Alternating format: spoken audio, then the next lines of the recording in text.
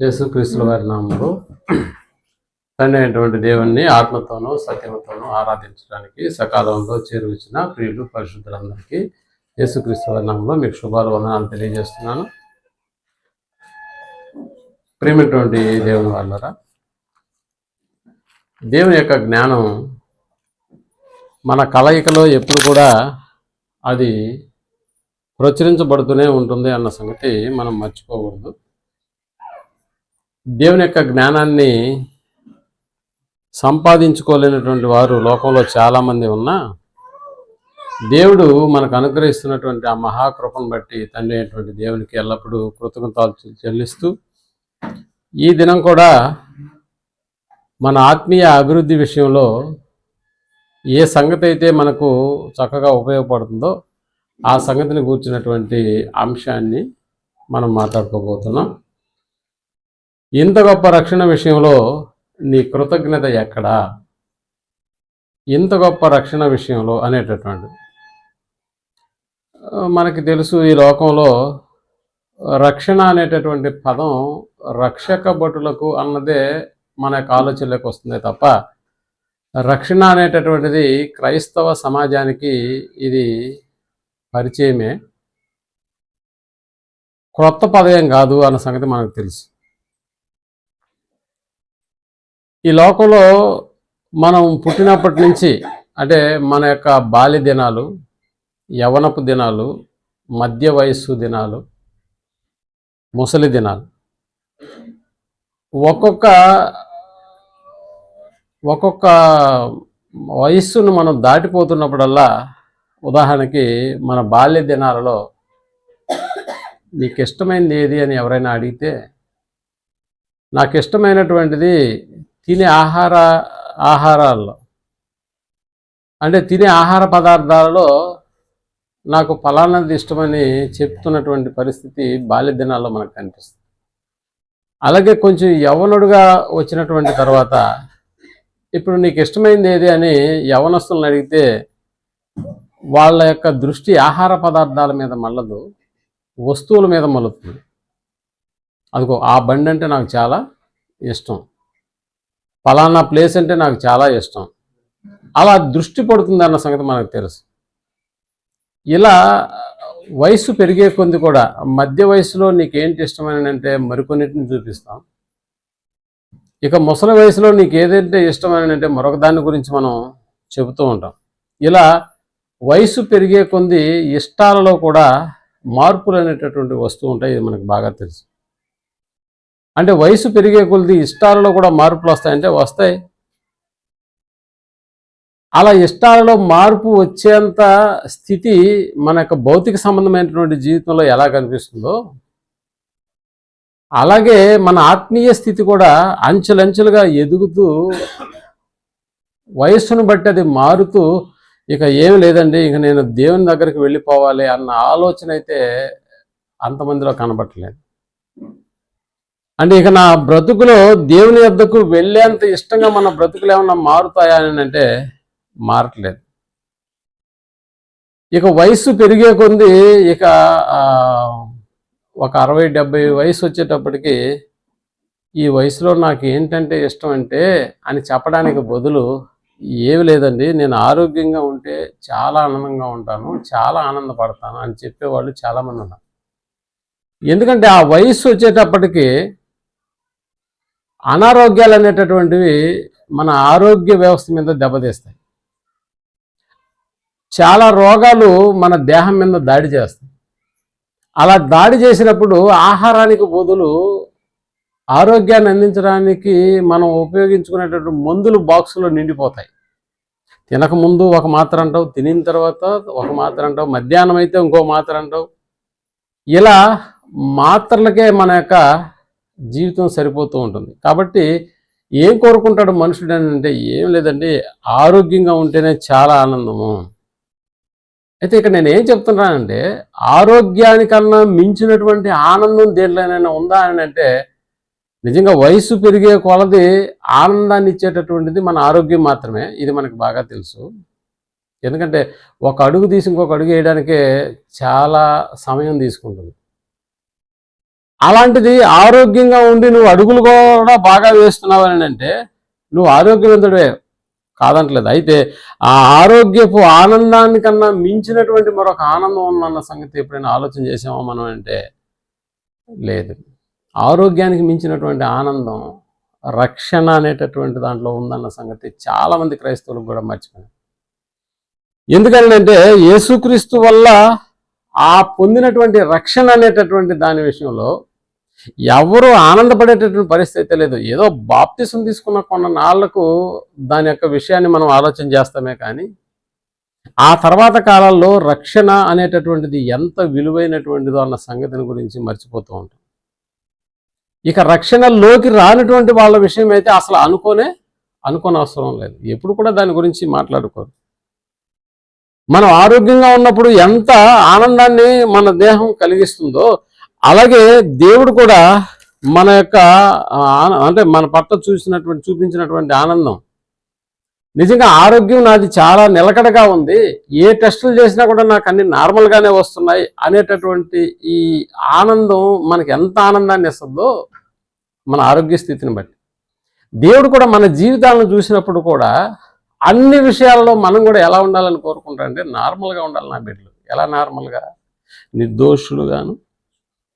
నిర్దోషులుగాను నిరపరాధులుగాను ఆయన దృష్టికి మనం కనపడ్డాం అనుకో, నిర్దోషులుగా నిరపరాధులుగా అంటే దేవుడు మన జీవితాలను స్కాన్ చేసినప్పుడు మన జీవితంలో ఉన్నటువంటి ఆ నార్మల్ స్టేజిని నిజంగా ఆయన గమనించినప్పుడు చాలా ఆనందపడతాడు.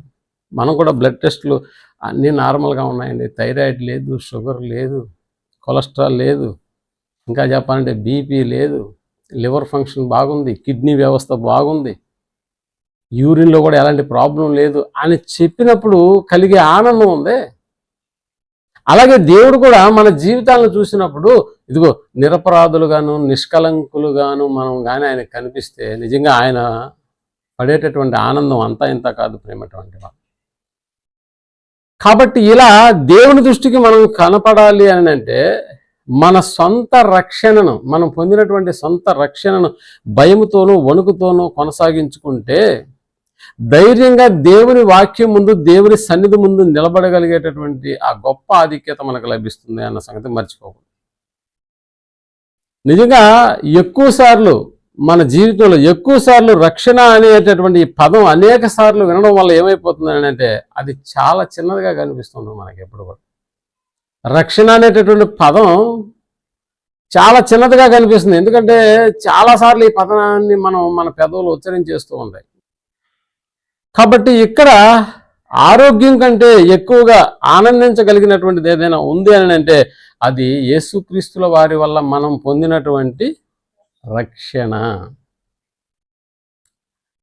నిజంగా అది చాలా గొప్పదా అంటే చాలా గొప్పదనే ఇక్కడ పౌలు గారు మనకి స్పష్టంగా తెలియజేస్తున్నాడు. అందుకని ఇందాక మనం చదువుకున్నటువంటి లేఖన భాగం అయినటువంటి హెబ్రీయులకు రాసిన పత్రిక 2వ అధ్యాయము 2వ వచనాన్ని మనం ఆలోచించగలిగితే అందులో చెప్పబడుతున్నటువంటి ఈ మాట మనకి చాలా ఊరటనిస్తుంది. చాలా గొప్ప రక్షణ అనేటటువంటి పదంతో ఇక్కడ పౌలు గారు మాట్లాడుతున్నారు. ఎందుకనగా దేవదూతల ద్వారా పలకబడిన వాక్యము స్థిరపరచబడినందున ప్రతి అతిక్రమమును అవిధేయతయు న్యాయమైన ప్రతిఫలము పొంది ఉండగా ఇంత గొప్ప రక్షణను అన్నాడు. చూసారా, ఇంత గొప్ప రక్షణను మనం నిర్లక్ష్యము చేసిన ఎడల ఎలాగూ తప్పించుకుందుము ఇంత గొప్ప రక్షణ అన్నాడు. అంటే రక్షణ అనేటటువంటి పదం పలుమార్లు మనం ఉపయోగించుకోవడం వల్ల ఆ పదం నిజంగా చిన్నదే కావచ్చు, అందులో 3 అక్షరాలే మనకు కనిపించవచ్చు, కానీ దాని వెనుకాల ఉన్నటువంటి గొప్పతనం ఎప్పుడైనా ఆలోచన చేసామంటే అది చాలా తక్కువనే చెప్పాలి. అందుకనే ఇంత గొప్ప రక్షణను అనే పదం వాడతాం. అంటే రక్షణ చాలా గొప్పదా? అవును, చాలా గొప్పది. గొప్పదైనటువంటి రక్షణను పొందినటువంటి మన జీవితాల్లో రక్షణను నిర్లక్ష్యం చేయకూడదు. అందుకనే ఈ లోకంలో మన ఆరోగ్యం కంటే మన ఆత్మీయ జీవితం ఎంతో ముఖ్యమైనదన్న సంగతి మనకు తెలుసు. ఎందుకంటే మనం ఈ దేహంలో నివసిస్తున్నటువంటి ఆత్మలం. దేహం అంటే నువ్వు కాదు, దేహం అంటే నేను కాదు అన్న సంగతి నాకు తెలుసు. దేహం అంటే నువ్వు కాదు అనే సంగతి కూడా నీకు తెలుసు. మరి దేహం అంటే దేహంలో ఉన్నది ఎవరై అంటే నా ఆత్మగా ఉన్నట్లు. అందువల్ల ఆత్మకు సంబంధించినటువంటి ఈ రక్షణను నిజంగా ఇంత గొప్ప రక్షణ అని అంటున్నాడు. గొప్ప రక్షణ. ఈ రక్షణ శరీరానికి సంబంధించింది కాదు, కేవలం ఆత్మకు సంబంధించినటువంటిదే అన్న పదం మనం ఉపయోగిస్తున్నాం. అందుకనే రక్షణ అనేటటువంటిది పదాలు ఉచ్చరించ అంత మాత్రాన దాని గురించి మనం ఎక్కువగా ఆలోచించట్లేదు. ఏదో చిన్నదిలాగా కనిపిస్తూ ఉంటుంది. మన పిల్లలను చూడండి, నిద్రలేచిన దగ్గర నుంచి మనం ఏం చేస్తుంటామని అంటే వాళ్ళని బాగా ప్రేమిస్తూ ఉంటాం. ఎంత ప్రేమిస్తామని అంటే నిజంగా ఆడికి సంబంధించినటువంటి ఆ స్కూలు యూనిఫామ్ కావచ్చు, లేకపోతే ఆడు స్కూల్కి వెళ్ళేటటువంటి ఆ ఏజ్ వాడికి వచ్చినప్పుడు కొన్నిసార్లు ఆడు ధరిస్తున్నటువంటి దుస్తులు వాడికి గొప్పవి అని చెప్పడానికి మన స్కూల్ దినాలని జ్ఞాపకం చేసుకుని వాడి ముందు మాట్లాడు. రే, నువ్వు ఈ రోజంటే ఓ చక్కటి యూనిఫామ్ వేసుకొని నువ్వు స్కూల్కి బయలుదేరుతున్నావు. ఆ యూనిఫామ్లో నీకు కనిపిస్తున్నది, నీకు ధరించింది ఓ బెల్ట్, నీకు గుర్తుంది కదా, నువ్వు వేసుకుంటున్నావు కదా గుర్తుగా. ఒకప్పుడు మేము కూడా స్కూల్కి వెళ్ళాలంటే మొలదారాన్ని ఓ బెల్ట్ లాగా కట్టుకొని బయలుదేరాల్సినటువంటి పరిస్థితి. అందుకని ఇప్పుడు చదువుతున్నటువంటి మన పిల్లల స్కూల్ యొక్క వివరాలు మనం చదువుకునేటటువంటి, అంటే నాన్న వాళ్ళు చదువుకునేటువంటి రోజుల్లోకి వెళ్ళి కంపేర్ చేస్తేనే ఏది గొప్పదో అర్థమవుతుంది. కాబట్టి అది ఇప్పుడు చదువుకునేటటువంటి పిల్లవాడికి అది అర్థం కావాలని అంటే ఆడితోటే స్కూల్కి వెళ్తున్నటువంటి వాడిని చూపిస్తే ఆడికి అర్థం కాదు. అందుకనే మన పరిస్థితి ఒకప్పుడు మన మన మన బాల్యంలో మనం వెళ్ళినటువంటి స్కూల్ దినాలను ఆడికి జ్ఞాపకం చేస్తేనే ఆడికి అర్థమవుతుంది. చాలామంది చూడండి, నిద్రలేచిన దగ్గర నుంచి హాస్పిటల్ చుట్టూనే తిరుగుతూ ఉంటారు. కానీ దేవుడు మనకు అలాంటి పరిస్థితిని కల్పించలేదు. ఇలా ఉన్నామని అంటే దానికి కారణం దేవుని కృపే కదా అన్న కంపారిజన్. అందుకనే ఇలాంటి స్థితిలో మనం అర్థం చేసుకోవాలంటే అప్పుడప్పుడు మనం పోవాల్సింది పిక్నిక్ కాదు, ట్రామా వార్డ్ అని ఒకటి ఉంటుంది హాస్పిటల్లో, బర్నింగ్ వార్డ్ అని ఒకటి ఉంటుంది. ట్రామా వార్డుకి వెళ్ళి చూడండి, అక్కడ ఎముకలు ఇరుక్కొట్టుకున్నటువంటి, అంటే అవయవాలన్నీ కోల్పోయినటువంటి వాళ్ళు మనకు కనిపిస్తూ ఉంటారు. బర్నింగ్ వార్డుకి వెళ్ళి చూడండి, సగం శరీరం కాలిపోయినటువంటి దేహాలు అక్కడ మనకు కనిపిస్తుంటాయి. వాళ్ళు పెడుతున్నటువంటి ఆర్తనాదాలు అవన్నీ చూస్తే కానీ మన గొప్పతనం ఏంటో అర్థం కాదు. దేవుని కృప మన మీద నిలిచి ఉంటుందని చెప్పడానికి అలాంటి వారిని చూస్తేనే మనకు అర్థమవుతుంది. కాబట్టి ఇక్కడ ఇంత గొప్ప రక్షణ అని అంటున్నాడు అని అంటే, రక్షణ అనేటటువంటి పదాన్ని చూస్తున్నప్పుడల్లా మనకి ఏమనిపిస్తుంది అని అంటే, రక్షణ అంటే ఏంది లేని చాలాసార్లు ఈ పదం విన్నాం కదా అనిపిస్తుంది తప్ప అది ఎంత గొప్పదో మనకు అర్థం కావట్లేదు. ఒకవేళ గొప్పది రక్షణ అని తెలిసినా కూడా ఆ తర్వాత దాని విషయంలో మనం దేవుని పట్ల ఎంత కృతజ్ఞత కలిగి ఉన్నామో అన్న సంగతిని గురించి ఆలోచించేటటువంటి వాళ్ళు అస్సలు. ఎందుకంటే రక్షణ అనేటటువంటి గొప్పది కాదు అనేటటువంటిది కాదు, కానీ ఎప్పుడు కూడా రక్షణ విషయంలో మనం జాగ్రత్తగా ఆలోచన చేసినటువంటి దాఖలాలు లేవు. అందుకని ప్రియమైనటువంటి వాళ్ళారా, ఇక్కడ మరొక దాన్ని పోల్చుకుంటేనే మనకి ఎలాగైతే మన పరిస్థితులు మనకు అర్థమవుతాయో అలాగే రక్షణ అనేటటువంటి విషయాన్ని కూడా మనం మరొక రక్షణతో మనం పోల్చుకుంటే కానీ ఇది ఇంత గొప్ప రక్షణ అన్న సంగతి మనకు అర్థం కాదు. అందుకనే యేసుక్రీస్తుల వారి వల్ల కలిగినటువంటి ఈ రక్షణ ఎంత గొప్పదో మనకు అర్థం అవ్వాలి అని అంటే, పాత నిబంధనలో నిజంగా జరిగినటువంటి ఒక సందర్భాన్ని పోల్చి చూసినప్పుడు ఈ రక్షణ ఇంత గొప్పదా అన్న సంగతి మనకు అర్థమవుతుంది. కాబట్టి ఇంత గొప్ప రక్షణను అన్న పదం ఎందుకు రాశాడు పౌలు గారు అని మనకు అర్థం అవ్వాలంటే, ఇంత గొప్ప రక్షణ మరొకటి ఏదైనా ఉందా? ఒకవేళ ఉంటే ఈ రక్షణ కంటే అది గొప్పదా అన్న సంగతి ఆలోచన చేస్తేనే ఈ రక్షణ ఎంత గొప్పదో మనకు అర్థమవుతుంది. కాబట్టి ఒకసారి మన చరిత్రలోకి వెళ్ళి జరిగినటువంటి ఒక రక్షణకు, గొప్ప రక్షణకు సంబంధించినటువంటి విషయాలను తండ్రి అయినటువంటి దేవుడు మన కొరకు రాయించాడు. ఒకసారి సమూయేలు మొదటి సమూయేలు గ్రంథము 14వ అధ్యాయంలోకి వెళ్ళి ఓ సందర్భాన్ని మనం ఆలోచన చేసినప్పుడు చాలా చక్కగా మనకు అర్థమవుతుంది ప్రియమైనటువంటి. ఇక్కడ సందర్భాన్ని మీకు తెలియజేస్తున్నాను. అప్పుడు మొట్టమొదటగా ఇశ్రాయేలుకు రాజుగా నియమితులైనటువంటి సౌలు, ఆ సౌలు కాలంలో అప్పటికి సౌలు పెద్దవాడైపోయినాడు, ఆయనకి కుమారుడుగా యోనాతాను కూడా ఉన్నాడు. ఇక దేవుని యొక్క కృపను బట్టి, కాపుదలను బట్టి సౌలుకు దేవుడు ఎంత సహాయం చేశాడో మనకు బాగా తెలుసు. ఆ తర్వాత కాలంలో సౌలుని దించేసినాడు, అది వేరే విషయం. కాబట్టి ఇక్కడ దించక ముందు జరిగినటువంటి ఒక సంఘటన గురించి ఇక్కడ మనం మాట్లాడుకుంటే, జనులలో జనులలో ఒకడు నీ తండ్రి జనుల చేత ప్రమాణము చేయించి అన్న పదం ఉంటుంది చూడండి. జనుల చేత ప్రమాణము చేయించి అన్నాడు. ఏ ప్రమాణం చేయించాడు? నీ తండ్రి. ఇక్కడ నీ తండ్రి అంటే నీ అన్న పదాన్ని యోనాతానుకి అంటే నీ తండ్రి. నీ అనే పదంలో ఎవరున్నారంటే యోనాతాను ఉన్నాడు. ఇశ్రాయేలు చెబుతున్నాడు, ఆ జనుల్లో ఉన్నటువంటి ఇశ్రాయేల్లో ఒకడు వచ్చి నీ తండ్రి జనుల చేత ప్రమాణము చేయించి ఈ దినమున ఆహారం పుచ్చుకొని వాడు శపింపబడునని ఖండితముగా ఆజ్ఞాపించి ఉన్నాడు అన్నాడు. అసలు యోనాతానికి అర్థం కావట్లేదు. అసలే యుద్ధ వాతావరణం, యుద్ధానికి వెళ్ళాలి. యుద్ధంలో వెళ్ళేటటువంటి వాడు, పాల్గొనేటటువంటి వాడు ఎలాగుండాలంటే మంచి దేహదారుఢ్యం కలిగినటువంటి వాడు అయి ఉండాలి.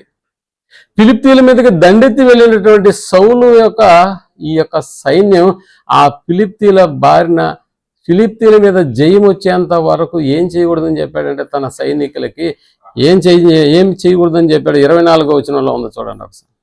నేను నా శత్రువుల మీద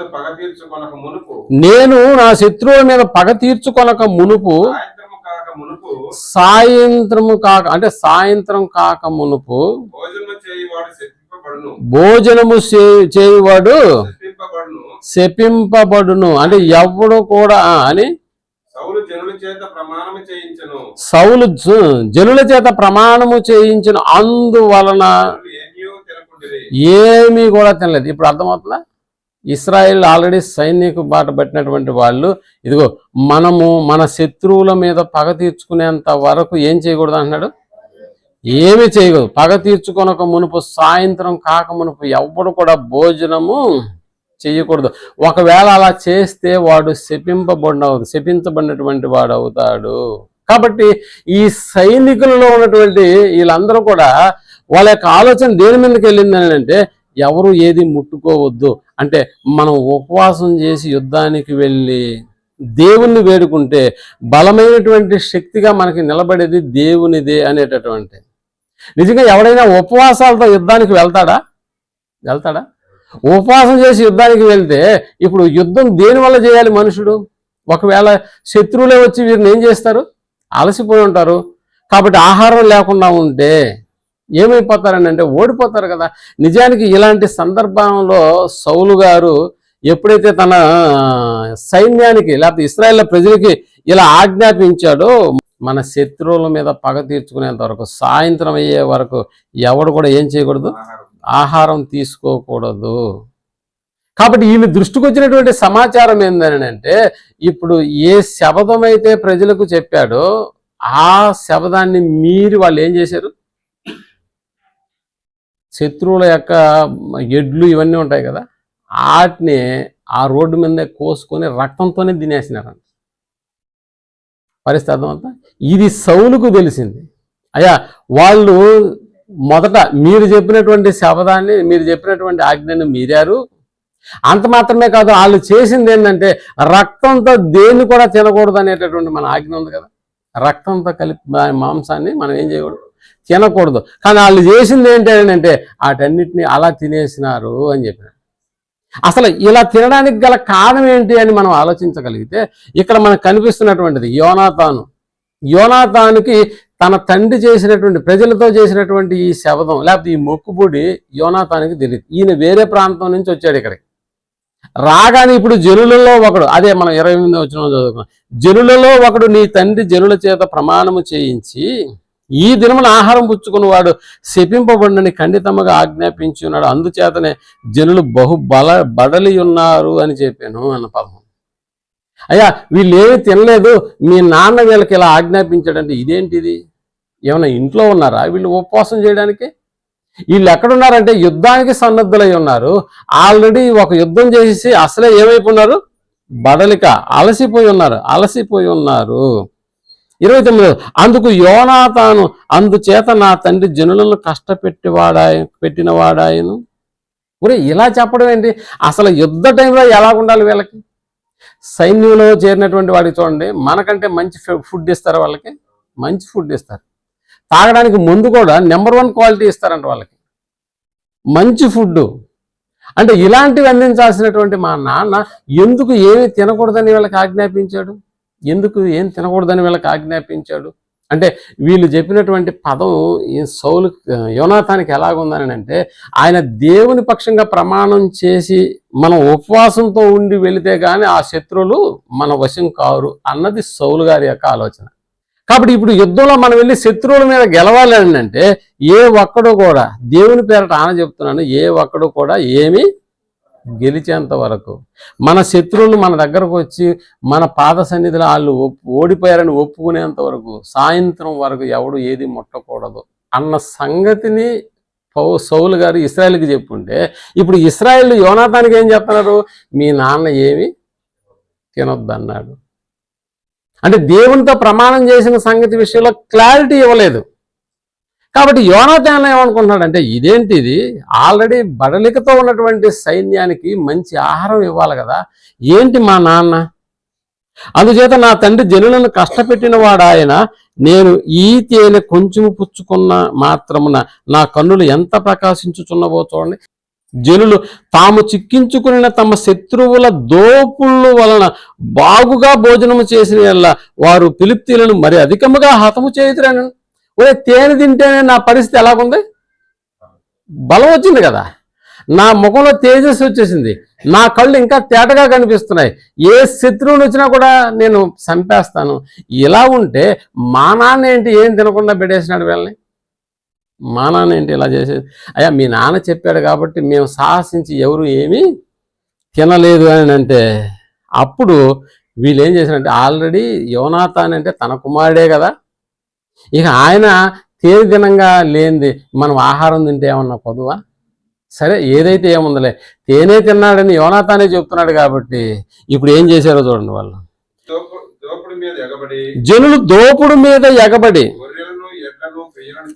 అదిగో అంటే వాళ్ళ దేశంలో ఉన్నటువంటి గొర్రెలను ఎడ్లను పెయ్యలను తీసుకుని నేల మీద వాటిని వధించి అదిగో ఏం చేస్తా అంటే వీళ్ళకి ఆరాటం, ఆకలి ఎక్కువైపోయింది, ఇక కాల్చుకొని తిన్నామంత టైం కూడా లేదు, ఇంకా చెప్పాలంటే వండుకొని తినాలంత టైం కూడా లేదు. అందుకని పచ్చిదే కోసేసినాడా, ఇప్పుడు ఒక జంతువు కొరుక్కొని తిన్నప్పుడు వంట చేసుకోదు, అది ఆ మాంసాన్ని తిరిగి చెట్టు మీదకు ఎడకో తీసుకెళ్ళి కొద్దిగా తినేస్తుందా, అలాగనమాట.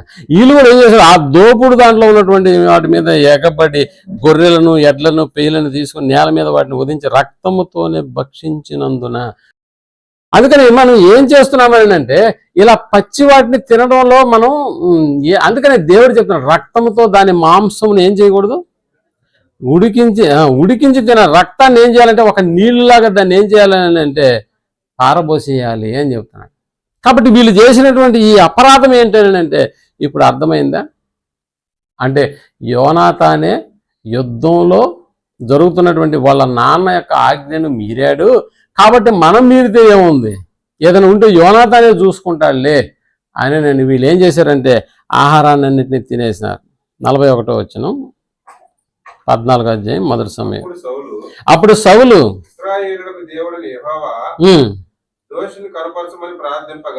ఇప్పుడు ఏం జరిగిందని అంటే ఆయన వచ్చినప్పుడు మరి ఇంతటి దుష్కార్యం మీరు ఎందుకు చేశారు, ఈ కార్యములలో ఎవరు తప్పో ఇప్పుడు నాకు అర్థం అవ్వాలి అని చెప్పి వాళ్ళ మధ్య చీటీలు వేశారు. ఎన్ని చీటీలు వేశారు అని అంటే ఇశ్రాయేలుది ఒక చీటీ, యోనాతానుది ఒక చీటీ, సౌలుది ఒక చీటీ వేసుకున్నారు. ఇప్పుడు ఈ చీటీల్లో ఏ చీటీలు వచ్చాయంటే మొట్టమొదటిగా తప్పించబడినటువంటి జనాంగం ఇశ్రాయేల్ వాళ్ళ చీటీ రాలేదు, యోనాతాను చీటీ వచ్చింది ప్లస్ సౌలు చీటీ వచ్చింది. ఇప్పుడు వీళ్ళిద్దరిలో కూడా ఎవరు నేరస్తులు అని చెప్పడానికి కూడా ఇప్పుడు మా ఇద్దరు చీటీలు కూడా వేయండి అన్నాడు. అదే 41వ వచనం. అప్పుడు సౌలు ఇశ్రాయేలుకు దేవుడైన యెహోవా దోషిని కనపరచమని ప్రార్థింపగా సౌలు పేరటను యోనాతాను పేరటను చీటీ పడెను, కానీ జనులు తప్పించుకునేది నాకును నా కుమారుడైన యోనాతానుకును చీట్లు వేయడని సౌలు ఆజ్ఞాపింపగా యోనాతాను పేరట చీటీ వచ్చింది. అంటే ఇప్పుడు తప్పు ఎవరు చేసినట్టుగా వీళ్ళు భావన, యోనాతాను మీద చీటీ వచ్చేసింది. యోనాతాను మీద చీటీ వచ్చేసింది కాబట్టి సౌలు తప్పించుకున్నాడు అనుకున్నామా?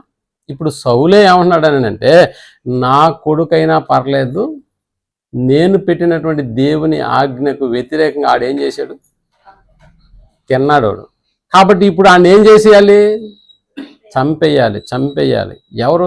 కన్న కొడుకే అయినా కూడా ఇంత కఠినమైనటువంటి నిర్ణయం తీసుకోవడం వెనకాల సౌలు ఉద్దేశం ఏంటంటే, ఎక్కడో ఉన్నటువంటి సౌలును తీసుకొచ్చి దేవుడు రాజుగా అభిషేకించాడు. కాబట్టి ఇక్కడ తన కొడుకు పేర చీటీ వచ్చింది కాబట్టి వదిలేద్దాంలే అంటే జనుల ముందు బాగుండదు. కాబట్టి ఇప్పుడు ఏం చేయాలి? తన కొడుకునైనా కూడా వదలకూడదు. ఎందుకంటే నేను చెప్పినటువంటి ఆజ్ఞ ప్రకారం, నేను దేవుని పక్షాన చేసినటువంటి శపథం ప్రకారము అతన్ని ఏం చేయాలి?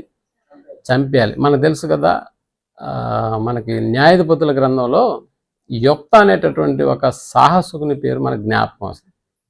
అంటే వాళ్ళు చెప్పుకున్నటువంటి శపథాలు కొన్నిసార్లు వాళ్ళ మీదకి వచ్చి పడుతూ ఉంటాయి. నేను ఇప్పుడు యుద్ధానికి వెళుతున్నాను నాన్న, నువ్వు కానీ నాకు జయాన్ని కానీ చేకూరిస్తే ఆ విజయంతో నేను వెనక్కి తిరిగి నా దేశానికి లేకపోతే నా ఇంటికి వస్తున్నప్పుడు నాకు ఎదురుగా ఏదైతే వస్తుందో దాన్ని నీకేం చేస్తాను? అర్పణగా చేసేస్తాను అని అన్నాడు. నిజానికి ఈ శపథాలు దేవుడు కోరుకోలేదు ప్రియమైనటువంటి వాళ్ళు. దేవుని మొక్కుబళ్ళు ఇలా చెయ్యండి నాకని దేవుడు ఎప్పుడు నువ్వు మొక్కుకున్నటువంటి దాన్ని చెల్లించు అని చెప్తాడు. ఇలా మనకి ప్రసంగి గ్రంథంలో కూడా నువ్వు ఏదైతే మొక్కుకొని ఉంటావో దాన్ని చెల్లించు అని అంటాడు. మొక్కుకోకపోతే నిన్ను ఎవడు ఏం అడగడు కదా. చాలామంది కూడా చూడండి, నాకు మనవడు పుడితే ఇంత కేజీల వాడు ఎంత బుర్ర ఉన్నాడు అంత కాయిన్స్ వేస్తారని మొక్కుంటారు, కాగితాలు వేస్తారని మాత్రం ఎవరు మొక్కుకోరు. అంటే నేనేం చెప్తాను, ఆ మొక్కుబుడి చెల్లించడానికి చాలా మంది ఇష్టపడుతూ ఉంటారు. మొక్కుబుడి చేయమనింది దేవుడేం చెప్పలేదు, కానీ వీళ్ళే మొక్కుబుడి అని మొక్కుకుంటారు.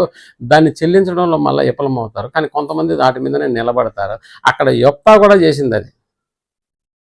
ఏదైతే నాకు ఎదురుగా వస్తుందో, విజయాన్ని పొందినటువంటి నేను మరలా ఇంటికి వస్తున్నప్పుడు నా ఇంటి నుంచి నాకు ఎదురుగా వచ్చినది ఏదో అది నీకు అర్పితము అని అన్నాడు. ఇక్కడ కూడా ఎవరైతే దాన్ని మీరుతారో ఆడిని ఇప్పుడు ఏం చేయాలంటే ఇశ్రాయేల్ సమాజంలో లేకుండా చేసేయాలి అని.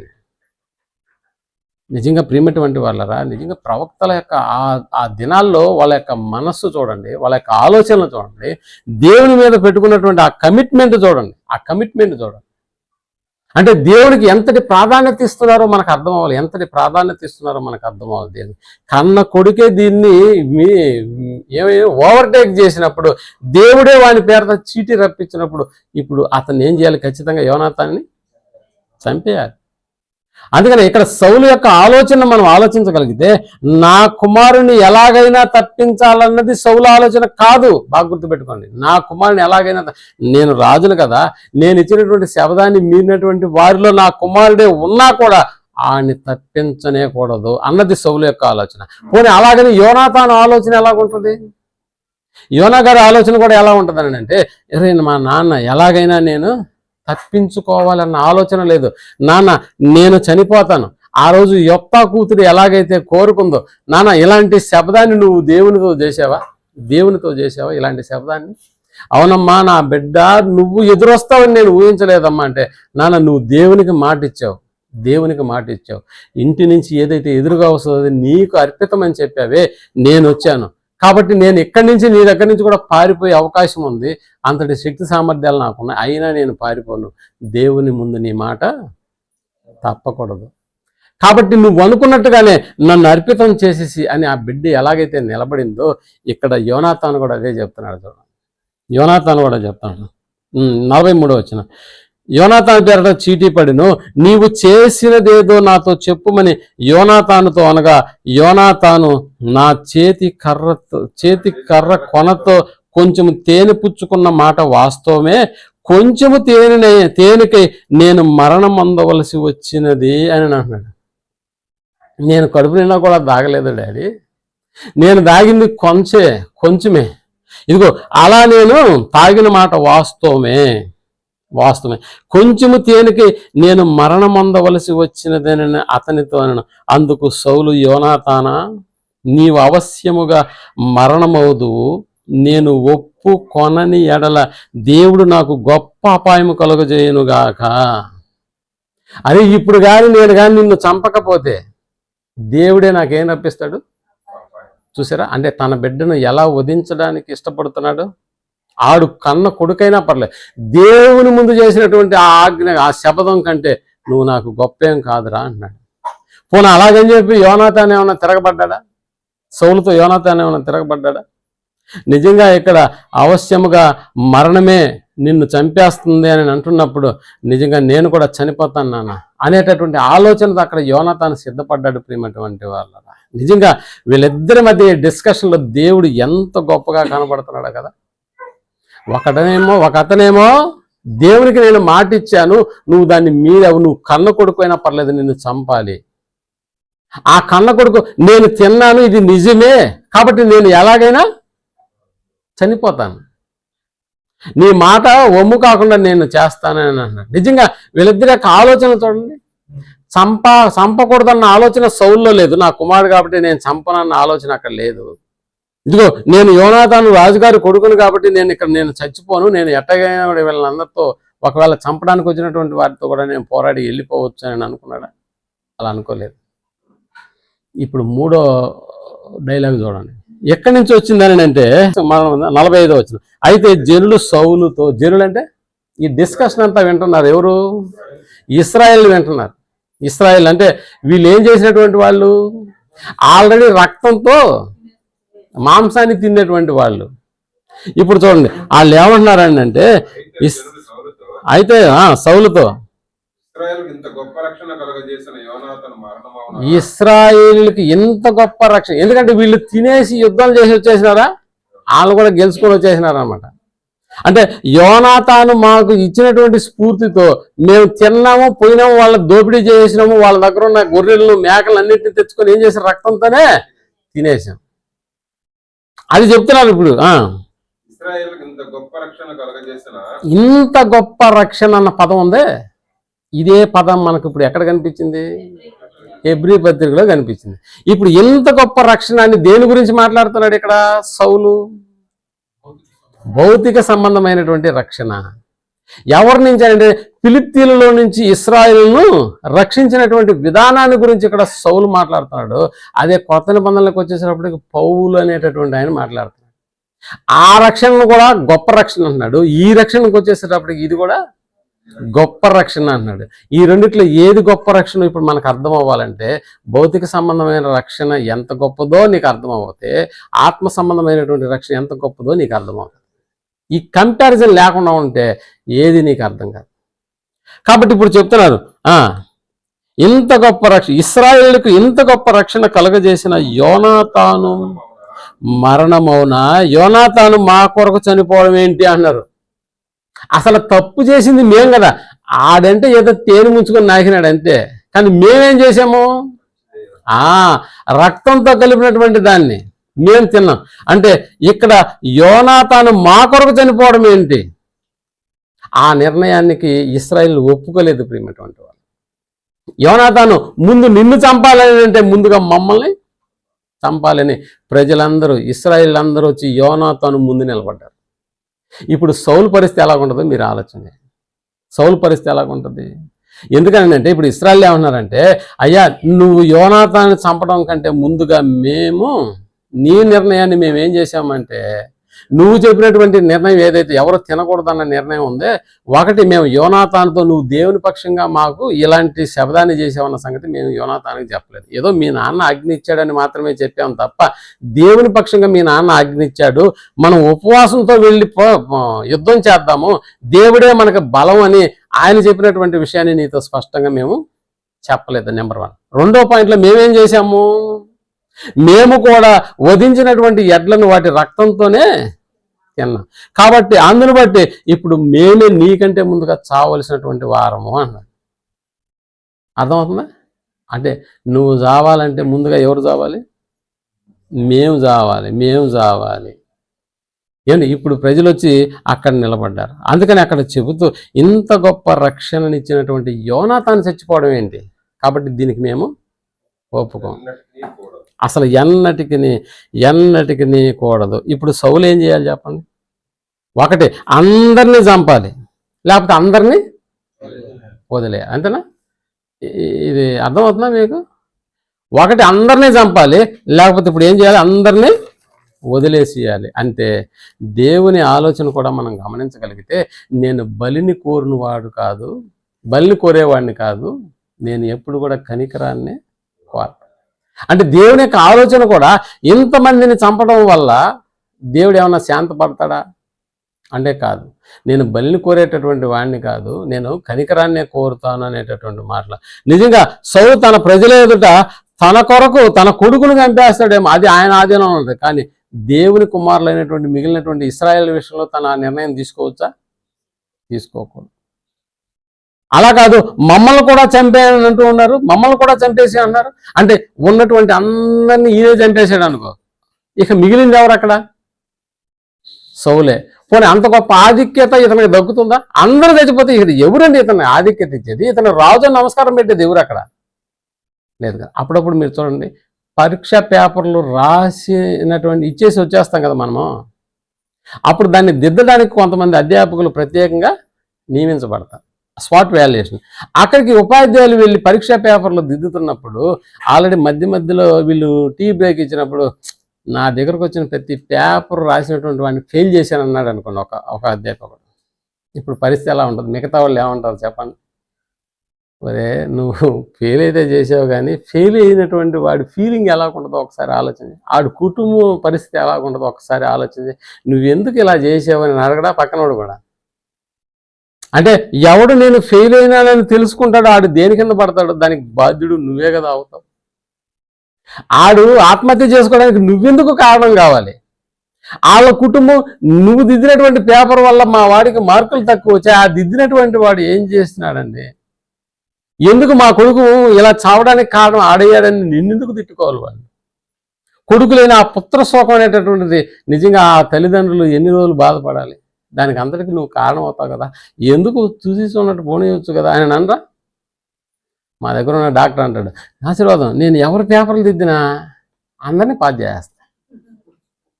ఎందుకు సార్ అట్లా చేస్తా? ఆడు రాసినా రాకపోయినా నేను పాస్ చేస్తాను, ఎందుకంటే వాళ్ళ ఘోష నాకు తగలకూడదు. సరే, రాసేటటువంటి వాడు రే ఉత్త తెల్ల పేపర్ ఇచ్చి రాయబాకు, రే ఉత్త తెల్ల పేపర్ ఇచ్చేసి రావద్దు. మరి ఏం చేయమంటావు స్నేహితుడు? తెల్ల పేపర్ ఇచ్చి రాయకుండా ఇప్పుడు ఏం చేయ? నా గురించి రాయి. వాడు ఏదో ఒకటి రాసేయాలి అని చెప్పి ఏం చేస్తాడు? ఆ మధ్య ఒకటి సినిమా స్టోరీ రాసేసాడు అంతే. సినిమా స్టోరీ రాసేసి వచ్చేసాడు, పేపర్లు తీసుకుంటా ఉన్నాడు, అడిషనల్ తీసుకుంటా ఉన్నాడు. ఏమి రాస్తున్నాడు? ఆ ఇన్విజిలేటర్ ఉన్నటువంటి నేనే వదిలేసాను, నువ్వెందుకు ఫెయిల్ చేస్తావు? అది చూసి రాసుకోరా నువ్వు, నేనే వదిలేస్తే నేను దిద్దిన పేపర్లన్నింటినీ ఫెయిల్యూర్ చేసినానంటే ఒప్పుకుంటాడా? బాగుంటుందా? బాగుండదు ప్రేమటువంటి. అలాగే ఇక్కడ యోనాతానుతో పాటుగా ఇశ్రాయేలీయులందరినీ చంపేస్తే ఒకవేళ సౌలు తన ఆధిక్యత ఎక్కడ ఉంటుంది? తన గొప్పతనం ఎక్కడ ఉంటుంది? అందుకనే ప్రియమైనటువంటి వాళ్ళరా ఇక్కడ ఆలోచన చేస్తే యోనాతాను ఫిలిష్తీయుల చేతిలో నుండి ఇశ్రాయేలును రక్షించిన దానికి వీళ్ళు ఏమంటున్నారో తెలుసా? ఇంత గొప్ప రక్షణ అన్నారు, ఇంత గొప్ప రక్షణ.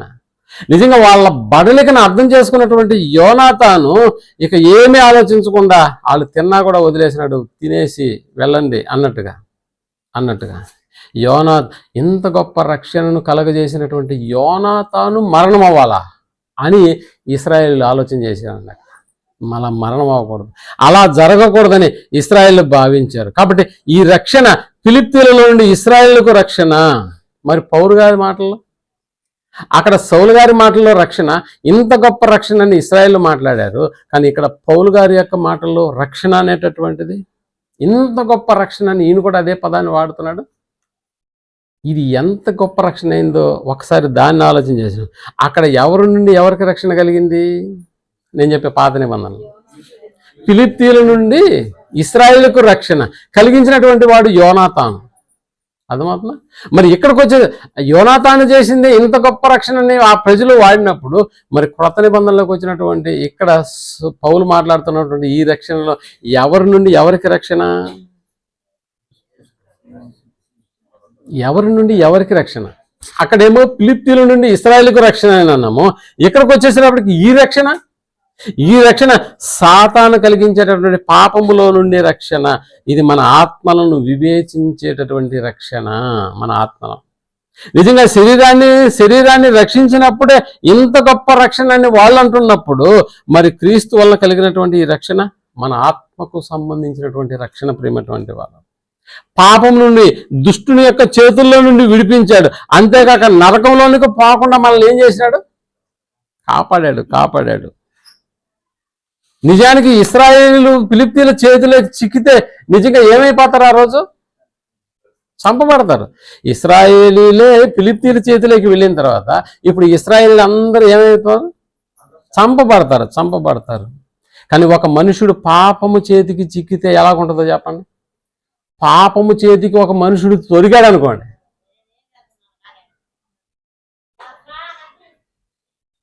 పాపం పట్టుకుంటే ఆయన వదులుతుందా? పోనీ ఎన్ని రోజులు వదలదు. అక్కడంటే ఇశ్రాయేలీలు దొరికారని చెప్పి ఫిలిష్తీయులు చంపేస్తారేమో, అంతే, అక్కడికి అయిపోయింది, అంతేనా? మరి ఇక్కడ పాపమే ఒకరిని పట్టుకుంటే, పాపమే ఒకరిని బంధించేస్తే ఈయన్ని వదులుతుందా? ఏం చేస్తుంది? పోనీ నరకం ఆరిపోతుందా ఒక సంవత్సరం తర్వాత? అది ఎన్ని యుగాలు యుగాలు అంటున్నారు. అలాంటి యుగాలలో నుంచి నిన్ను కాపాడేటటువంటి ఒక రక్షణ కార్యక్రమం జరిగిందా ఇక్కడ? ఎప్పుడన్నా ఆలోచన చేసావా? ఇది గొప్ప రక్షణ. దేనికంటే గొప్ప రక్షణ? ఒక శరీరాన్ని కాపాడినటువంటి ఒక గుంపే వాళ్ళు ఏమన్నారంటే ఇది ఇంత గొప్ప రక్షణ అని అన్నారే. ఇప్పుడు యేసుప్రభులు వారు చేసింది ఎంత గొప్ప రక్షణ ఇప్పుడు అర్థమవుతుందా? ఎంత గొప్ప రక్షణ అంటే కోటాను కోట్ల సంవత్సరాలు, యుగాలు అగ్నిలో పడకుండా నిన్ను ఏం చేశాడు తెలుసా? రక్షణను తీసుకొచ్చాడు. ప్రియమైనటువంటి వాళ్ళు, పాపములో నుండి రక్షణ కలుగజేస్తున్నాడని అంటే ఈ రక్షణ ఎంత గొప్పదని అంటే ఇగో భౌతికంగా వాళ్ళు పొందినటువంటి రక్షణ కంటే భౌతికంగా వాళ్ళు పొందినటువంటి రక్షణనే ఇంత గొప్ప రక్షణ అన్నారే. మరి దానికంటే ఎన్ని రెట్లు మించినటువంటి రక్షణ ఇది, ఇంత గొప్ప రక్షణ. అందుకనే నువ్వు పడేటటువంటి కష్టాలు, నష్టాలు, అప్పులు, ఇలా ఆరోగ్యము, ఇలా జ్ఞాపకం చేసుకొని చూడు. నీ కష్టాలు, నష్టాలు, ఇబ్బందులు, ఇరుకులు, నువ్వు చేసుకున్నటువంటి అప్పులు అన్నీ ఒకవైపు ఉన్నాయి, అన్ని నష్టాలే. కానీ నువ్వు రక్షణ పొందావే, దాన్ని ఒకవైపు నుంచి నువ్వు పడుతున్నటువంటి బాధలు, ఇబ్బందులు అన్నీ ఒకవైపు లిస్ట్ రాసుకో, ఈ రెండింటిని కంపేర్ చేసుకో, ఏది గొప్పదో నీకు అర్థమవుతుంది. నువ్వు పొందినటువంటి రక్షణ నువ్వు పడుతున్నటువంటి కష్టాల కంటే చాలా గొప్పది. నా పాయింట్ అర్థం? నువ్వు పొందినటువంటి బాధలు ఏదైతే ఉన్నాయో, నువ్వు పొందుతున్నటువంటి బాధలు ఏదైతే ఉన్నాయో, నువ్వు పొందినటువంటి రక్షణ వీటన్నిటికంటే చాలా గొప్పది ప్రియమైన. అందుకని కష్టాల్లో నువ్వు ఎప్పుడు కుంగిపోబాకు, ఇబ్బందుల్లో ఎప్పుడు నువ్వేమీ బాధపడద్దు. ఎందుకంటే నువ్వు దానికంటే మించినటువంటి ఒక రక్షణలోకి నువ్వు వచ్చేస్తున్నావు. ఆ రక్షణ ఎలాంటిది ఏంటంటే ఇక్కడ అప్పుల వాడు వచ్చినా తలుపు తడతాడేమో కానీ, అనారోగ్యం వచ్చినా అలా నిన్ను పలకరించి వెళ్ళిపోతుందేమో కానీ నిన్ను తనలోకి తీసుకోలేదు. కానీ పాపం అనేటటువంటిది కానీ నిన్ను పట్టుకుంటే నిన్ను వదిలిపెట్టదు. కోటాను కోట్ల సంవత్సరాలు తనలోనే ఉంచుకుంటుంది. ఆరని అగ్నికి నిన్నేం చేస్తుందంటే అంకితం చేస్తుంది. అలాంటి ఆరని అగ్నిలోకి నిన్ను వెళ్ళనివ్వకుండా చేసినటువంటిది ఓ మహా గొప్ప కార్యక్రమం. ఆ కార్యక్రమానికి పునాది వేసినటువంటి వాడే మన రక్షకుడైనటువంటి యేసుక్రీస్తు. ఆయన అందించినటువంటి రక్షణ అది చాలా గొప్పది అన్నాడు ప్రియమైనటువంటి వాళ్ళు. చాలా గొప్పది. నువ్వు బాధల్లో ఉన్నప్పుడు, నీ జీవితంలో ఎప్పుడైనా నువ్వు ఇలాంటి కార్యక్రమాల్లో నువ్వు ఎంత నష్టపోతున్నావో నువ్వు ఆలోచన చేసినప్పుడు మరొక వైపు రక్షణ అనేటటువంటి పదాన్ని నువ్వు జ్ఞాపకం చేసుకో. మూడు పదాలతో కూడినటువంటిదే, కాదనట్లేదు. కానీ అది ఎంత గొప్పదో నీకు అర్థమవుతుందా? నీకు ఎంత గొప్పదో అర్థమవుతుందా? నిజంగా జీవితంలో ఆనందపడేటటువంటి క్షణం ఏదైనా ఉందని అంటే ఈ కష్టాలు, నష్టాలు వీటన్నిటి విషయంలో నువ్వు బాధపడతావు, కాదనట్లేదు. కానీ ఆనందపడేదానికి ఆ రక్షణ అనేటటువంటి పదం నీకు ఎప్పుడు తారసపడలేదు కదా. ఎంతసేపటికి నాకు అప్పులు అంటావు, ఎంతసేపటికి నా అనారోగ్యం అని అంటావు, నా కష్టాలు, నా నష్టాలు పగవాడి కూడా రాకూడదని అనుకుంటావే. రక్షణ గురించి ఎప్పుడైనా ఆలోచన చేసావా? నీ బాధల్లో ఉన్నప్పుడు నీ రక్షణ ఒక్కసారి జ్ఞాపకం చేసుకో. వీటన్నిటికీ మించినటువంటి రక్షణ నేనేం చేసినాను, కలిగి ఉన్నాను అన్న సంతృప్తి నిన్ను ఆనందంలోకి తీసుకెళ్ళకపోతే అప్పుడు అడుగు. నిన్ను ఆనందంలోకి తీసుకెళ్తా. నువ్వు ఎంతగా బాధపడుతున్నావో ఒకవైపు నేను అర్థం చేసుకోగలను. ఎందుకంటే అలాంటి బాధలు కూడా మనిషిగా ఉన్నటువంటి ప్రతి ఒక్కడికి వస్తాయి. కానీ నువ్వు కంపేర్ చేసుకోకుండా చూడగలిగింది ఏంటంటే నువ్వు పొందినటువంటి రక్షణ ప్రియమైనటువంటి వాళ్ళు. అది ఎంత గొప్ప రక్షణ. అందుకని నీ రక్షణ నువ్వు ధ్యానిస్తే నీకు ఆనందం తప్ప మరొకటి ఏది కనపడదు ప్రియమైనటువంటి వాళ్ళరా.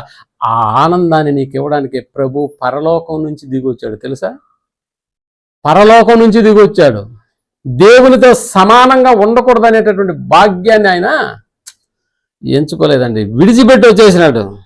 నిజంగా ఇశ్రాయేలు యోనాతాను జనులు కాపాడాడేమో కానీ యేసుక్రీస్తు సిలువలో మరణించడం వల్ల మనకు ఈ రక్షణ అనేటటువంటిది వచ్చింది. ప్రియమైనటువంటి వాళ్ళరా, నిజంగా ఇక్కడ యోనాతాను విషయంలో బ్రతికున్నప్పుడే ఇంత గొప్ప రక్షణ ఏంటంటే, నిజంగా మన కొరకు ఆనాడు యోనాతాను జనుల కొరకు మరణించలేదండి, తెలుసు కదా. ఆ మరణించడానికే మేము మరణించాలని అన్నారు. కానీ ఈరోజు నిన్ను ఇంత గొప్ప రక్షణలోకి తీసుకెళ్ళడానికి మన రక్షకుడైనటువంటి యేసుక్రీస్తుల వారు ఇంకా ఎంత జీవితాన్ని అనుభవించవచ్చు. కానీ 33 ఏళ్ళకి ఏమైపోయినాడో తెలుసా? మరణించాడు. ప్రియమైనటువంటి వాళ్ళ మరణించాడు, చనిపోయాడా? నిజంగా మన కొరకు ఒక వ్యక్తి మరణించాడని అంటే ఇది కదా గొప్ప రక్షణ. ఒకప్పుడు యోనాతాన్ ఏమన్నా మరణించాడా ఇశ్రాయేల్కి? లేదు. అలా అంటే ఇశ్రాయేల్ కొరకు మరణించక, ఒకవేళ ఇశ్రాయేల్ కొరకు యోనాతానే మరణించుంటే ఇది ఆ రోజుల్లో అనుకుందాం కొంచెంసేపు, ఓకే అది మీరు చెప్పినట్టుగానే నేను చచ్చిపోతాను అంటే ఇశ్రాయేల్ కూడా సరేలే ఫస్ట్ ఆయనే కదా ఏం తినింది కాబట్టి అతను చనిపోవడమే న్యాయమని అనుకున్నాం కొంచెంసేపు. ఇప్పుడు యోనాతాను చచ్చిపోయి ఉన్నాడు. ఇప్పుడు యోనాతాను చనిపోయినటువంటి ఆ దినాన్ని పురస్కరించి ఇశ్రాయేలీయులు ఏం చేసిండో వాళ్ళు తర్వాత కాలంలో చెప్పండి. అదేనా? ఖచ్చితంగా మీరు ఇలా బ్రతికున్నారని అంటే తర్వాత తరానికి వాళ్ళు చెబుతున్నారు, మీరు ఇలా బ్రతికున్నారని అంటే కారణం మేము బ్రతికుండానికి కారణం యోనాతాను. ఆ రోజు యోనాతాను మా కొరకు చనిపోకపోతే మేము బ్రతికుండేవాళ్ళం కాదు, మేము బ్రతికి లేకపోతే మీరు పుట్టుండేవాళ్ళం కాదు అని యోనాతాన్ని ఎంత గొప్పగా చూసిండేవాళ్ళు చూడండి మీరు. యోనాతాను ఎంత గొప్పగా చూసిండేవాళ్ళు ఇశ్రాయేల్లో. అతని పేరట పండగలు, ఆ పండగ ఆ దినం వచ్చిందని అంటే ఇప్పటిలాగా ఎడ్ల పందాలు లాగులా ఇంకేమేం చేస్తారు. ఆ రోజుల్లో ఏం చేసిండేవాళ్ళో తెలియదు. మొత్తానికి అంతటి ఆధిక్యత ఇచ్చుండేవాళ్ళ యోనాతానికి? ఖచ్చితంగా ఇచ్చుండేవాళ్ళు. మా కొరకు ఈరోజు నీ కొరకు మరణించాడు యేసుక్రీస్తు. నీ కొరకు నా కొరకు మరణించాడు. ప్రియమైనటువంటి వాళ్ళరా, సహాయం చేసినందుకే ఇశ్రాయేలు వాళ్ళు ఏమన్నారంటే యోనాతాన్ను కాపాడుకున్నారా? యోనాతాన్ను కాపాడుకున్నారు. రక్షణ కొరకు యేసుక్రీస్తు వారు సిలువలో మరణించాడు. ప్రియమైనటువంటి వాళ్ళరా, రక్షణ మనకు అందించడానికి యేసుక్రీస్తు వారు మన కొరకు మరణించాడు.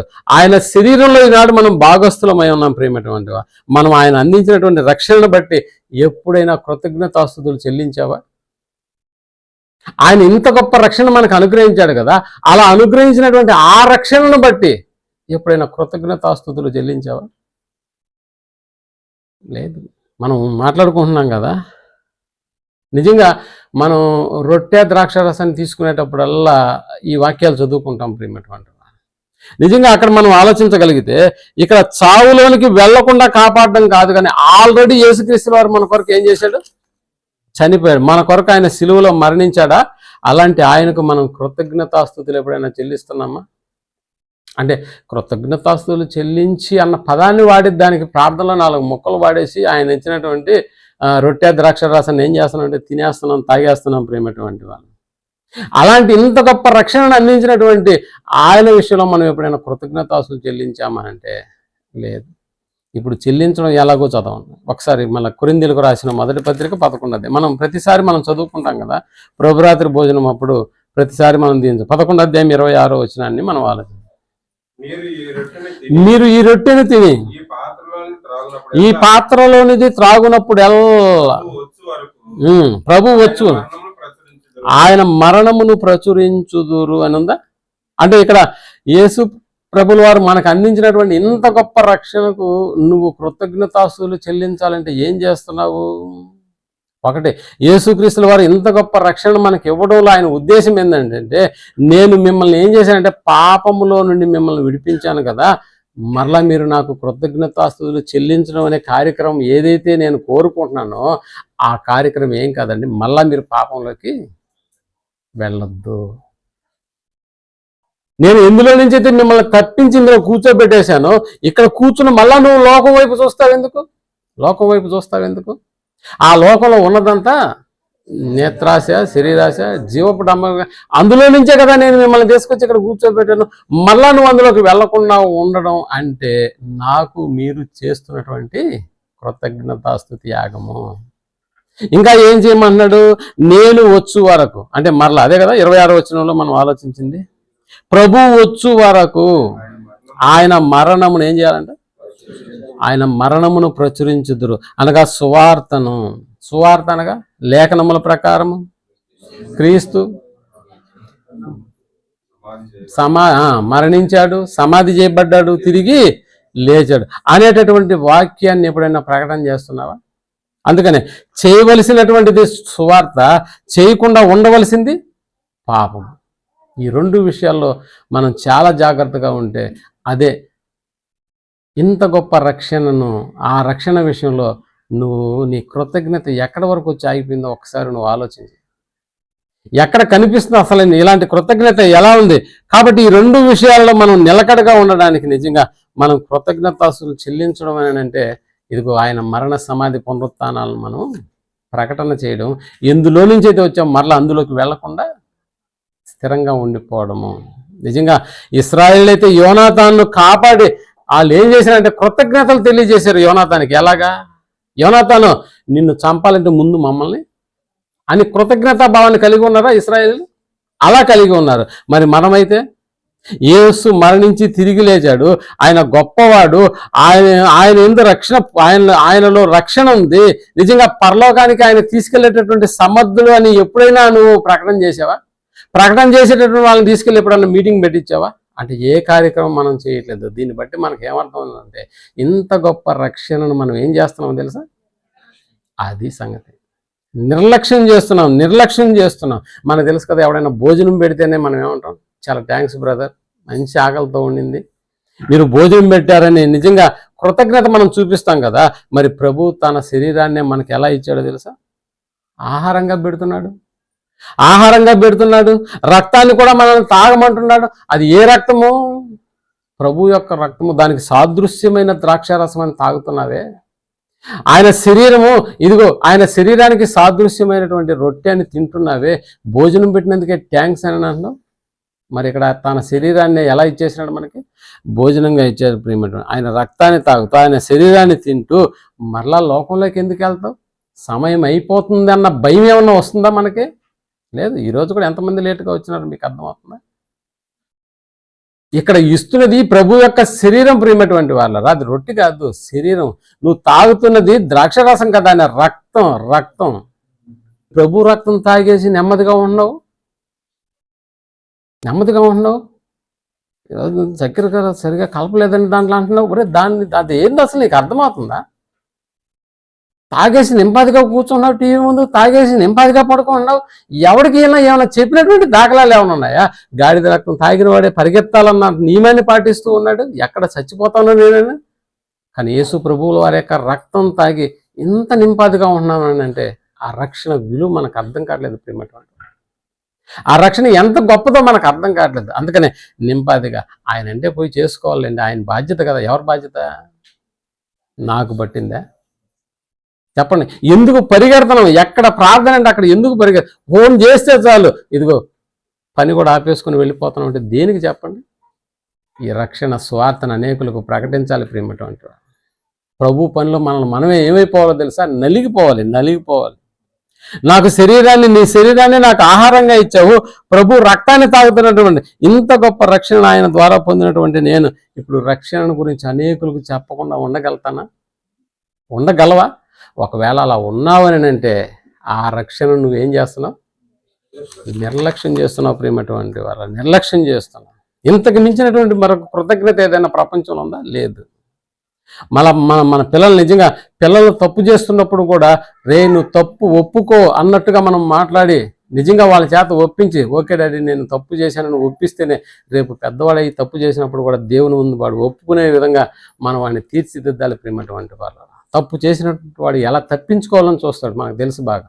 అందుకని అతిక్రమములను దాచిపెట్టేవాడు అస్సలు వర్ధిల్లడు, కానీ దాన్ని ఒప్పుకొని విడిచిపెట్టేవాడు కనికరం పొందుతాడు.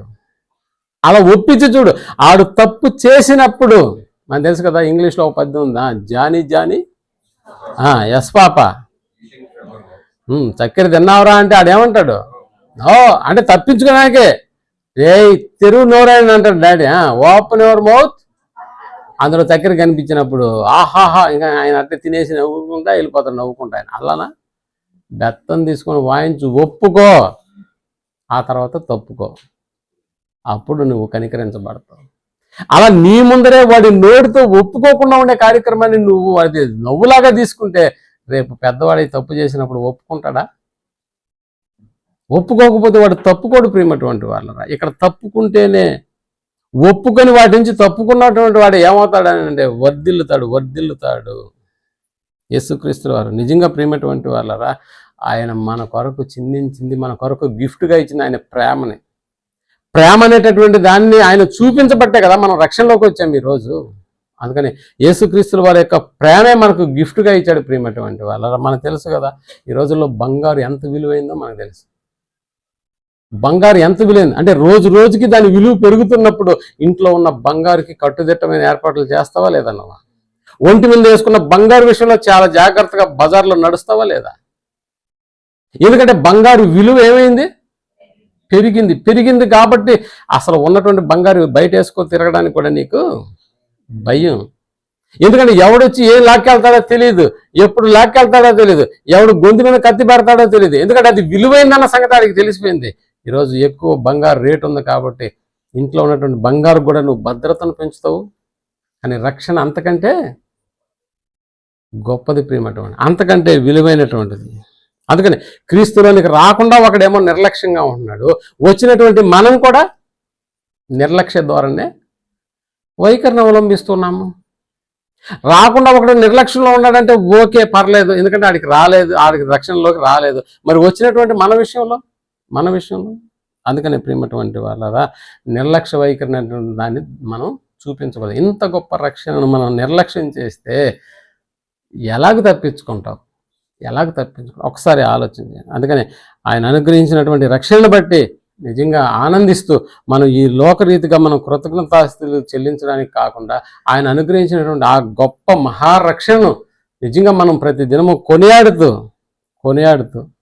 ఆ రక్షణ విషయం ఎల్లప్పుడూ దేవునికి కృతజ్ఞతలు చెల్లిస్తూ ఆ రక్షణలో మనం నిలకడగా ఉండి మరలా లోకం వైపుకు వెళ్లకుండా యేసుక్రీస్తు వారి యొక్క మరణ సమాధి పునరుత్థానాలను ప్రచురం చేసేటటువంటి బిడ్డలుగా మనం ఉండగలిగితే మన రక్షణ విషయంలో, మన గొప్ప రక్షణ విషయంలో మనల్ని మనం నిర్లక్ష్యపరుచుకునేటటువంటి వాళ్ళం కాకుండా లక్ష్యపరుచుకొని దేవుడున్నటువంటి లోకానికి మనల్ని మనం సిద్ధం చేసుకుని ఆ రీతిగా ఆ లోకానికి మనం అందరం వెళ్ళాలని కోరుకుంటూ ఈ మాటలు ముగిస్తున్నాను. ప్రార్థన చేసుకుని దయగలిగిన మా కన్న తండ్రి, ఇప్పటి వరకు మీ మాటలతో మమ్మల్ని సంతృప్తి చేసి నానా ఇదిగో రక్షణ అనేటటువంటిది ఎంత గొప్పదో అన్న సంగతిని గురించి ఒకనాడు పౌలు గారు మాట్లాడినటువంటి మాటలను బట్టి మీ కుమారుడు మాకు అనుగ్రహించినటువంటి గొప్ప రక్షణ ఎంతో విలువ కలిగిందన్న సంగతిని మేము జ్ఞాపకం చేసుకున్నాం. నానా సౌలు గారి కాలంలో యోనాతాను భౌతిక సంబంధమైనటువంటి ఫిలిష్తీయుల నుండి రక్షణ కల్పిస్తేనే ఇశ్రాయేలు అన్నారు, ఇంత గొప్ప రక్షణకు కారకుడైన యోనాతాను మరణించడమా, అలా కుదరదన్నారు. ఇదిగో మా ఆత్మలను రక్షించేటటువంటి గొప్ప కార్యక్రమాన్ని మీ కుమారుని ద్వారా మాకు అనుగ్రహించారు. ఆయన ఉన్నతమైనటువంటి మీ లోకాన్ని వదిలిపెట్టి భూలోకానికి ప్రయాణం అయ్యాడు. ఇక్కడికి వచ్చి తను తాను రిక్తులుగా చేసుకున్నాడు. తన శరీరాన్ని దున్నబడినటువంటి పరిస్థితిని మా కొరకు తలను ముళ్ళ కిరీటంకి అప్పగించాడు. అంతటి కార్యక్రమాన్ని ఆయన భరించి కూడా మాకు రక్షణను అనుగ్రహించాడు. ఎంత గొప్ప రక్షణ పొందినటువంటి మేము ఎల్లప్పుడూ మీ కుమారుడు చేసినటువంటి ఈ గొప్ప కార్యక్రమానికి మేము ఎల్లప్పుడూ కృతజ్ఞతాస్తులు చెల్లించవలసినటువంటి వారమై ఉన్నాం. మరలా మేము లోకంలోనికి వెళ్లకుండా మీ కుమారు యొక్క మరణ సమాధి పునరుత్థానమును ప్రచురం చేసేటటువంటి బిడ్డలుగా మేము పొందినటువంటి రక్షణలో నిలకడగా ఉండి రాబోయే ఆ ఉన్నతమైనటువంటి లోకాన్ని మేము స్వతంత్రించుకునేటటువంటి భాగ్యాన్ని మాకు దయచేయమని కోరుకుంటూ ఈ ప్రార్థనను మా రక్షకుడును మీ ప్రియకుమారుడైనటువంటి యేసుక్రీస్తుల వారి నామంలో ప్రార్థించి అడిగి వేడుకొనుచున్నాము తండ్రి. ఆమేన్.